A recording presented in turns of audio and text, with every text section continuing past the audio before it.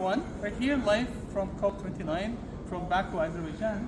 And we, since we are in AgriCan, would like to connect with our fellow Africans, and it's a good chance to be here in COP29. We found Binta Mostapha. She's from Nigeria, and she's very interested in the participation of youth in tech and how tech is used for climate change and sustainability. And we would like to have a quick chat with her regarding what do you see as a challenge to rural areas, to the countryside, to the sector of agriculture within the continent from the perspective of people in Nigeria. Well, to be very sincere, Nigeria is a country that is blessed with a lot of talent of young people, and they're doing well in tech.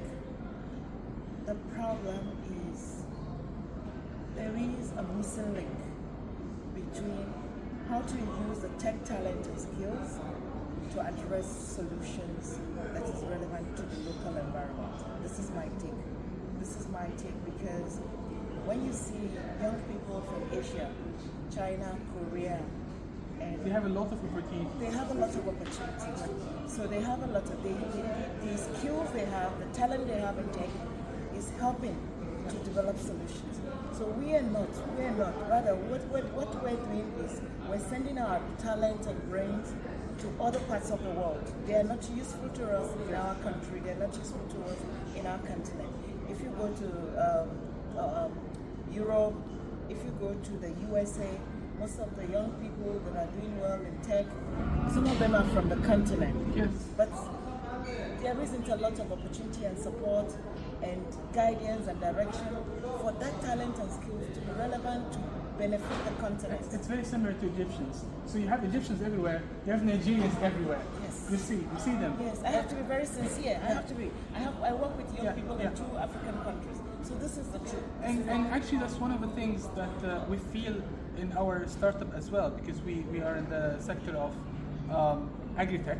So we use like AI and satellite data and robotics to help the actual farmers, because for example, farmers are afflicted by the use of pesticides, heavy chemicals. And I know in Nigeria the same in Egypt, that people because of climate change, the agriculture calendar has been disrupted. So farmers responded by using a lot of pesticides, and that affects the health of people very negatively. That's why it's very good in COP29. They establish the linkages between public health and climate action. We've seen that in our perspective that financing and funding for startups in the global south, like for Egypt and Nigeria, is limited. Unlike in like Europe, Canada, US, the young people don't face the same challenges.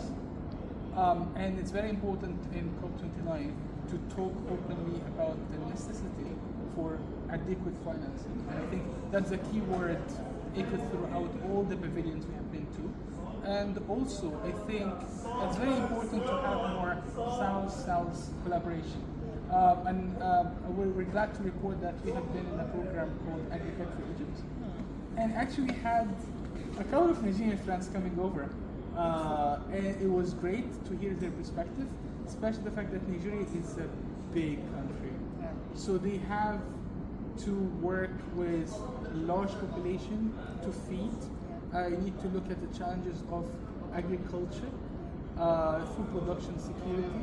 It's very important. So hearing the voices of young people from the continent is incredibly crucial. And if you are going to say something, especially when it comes to people from the countryside in Nigeria, how do they accept and feel the tech? Because some people say that people are averse to tech, and we would like to say to them, no, Egyptian farmers, Nigerian farmers, African farmers, they are not afraid of tech, but they think that tech is costly, and without adequate financing, they will not be able to afford it. So what's your take on that? My take is the world that we are now, whether you like it or not, you cannot do without tech. Yes. Even for climate action, tech is an enabler. Yes. And the earlier people adopt it, accept it, and work on it, the better for all of us on the continent, because we have no second home. we're going to be one of the largest population on the continent and around the world by the year 2040, 2050. All the projections are there. The fastest growing country ever. Ever. Yes. We're going to be there. Yeah. So we have to embrace it, to leapfrog, to scale, Yes. because it is an enabler. You cannot compare what you can do digitally and what you can do analog. It's completely different. We have to adopt AI, we have to adopt all the emerging technologies. They're here for us, empower the young people to take up skills, to use it properly, use tech for good. This is my final. Yes, Use it for good. and I would like to add to this because the idea is you have a lot of engineers. Okay, the same in Egypt and Nigeria. And they have the skills. But the thing is, in order for you to get components, to establish inventory, to establish a manufacturing base, you would need to have a lot of money. And we don't have that money. We can start small. You can start small. We can start small. And yet we need to have more tech transfer partnerships, and we need to have more researcher mobility, because you see, And more cooperation on the continent. Yeah. We should stop competing with ourselves. Yes. We should cooperate between North Africa, West Africa, East Africa, South Africa. We're all the same. We're all the same. We're brothers and sisters. Yes. So we need. There are some centers of excellence on the continent, Yes. like the Mohammed. I think in Morocco. Yes. They're a very excellent center of excellence for tech. South Africa, they are doing amazing too. So those are Incredible work. Cape Town. Yes. I have done a lot of research on tech innovation systems, and on the continent there is no other place that comes first.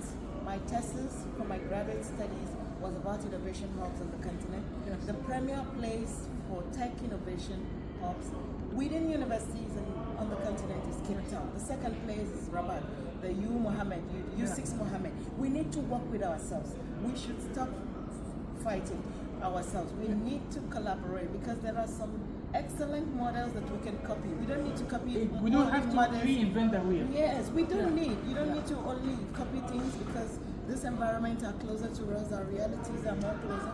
So there are many examples on the continent that we can borrow and work. And like my colleague Salim was saying, that his university has a lot of people from Nigeria and the continent. Yeah. My university has also a lot of people, because I think right now they are waking up to the possibilities of collaboration, and having the northern cluster working differently from the western, the eastern, the mid section, Africa, and the south is bad and it's counterproductive, and we need to begin to open our markets to each other, and we even to work and think on consortium basis. We've seen the EU. The EU is all about consortia. They have an EU horizon for science and tech development. We should do this kind of thing. We should ease travel between each other's country. Movement. We have many legislations, African Intercontinental, AFCTA, but it's not working because there are many impediments. And there are different clusters. It's cheaper to travel to Europe, to US, than it is to travel to another African country. So we need to pressure the young people. We need to put pressure on our leaders to democratize, to break the barriers, open the borders of working together with ourselves on the continent. This is my final word. Thank you very much. Thank you so much. Thank you so much. Assalamu alaikum.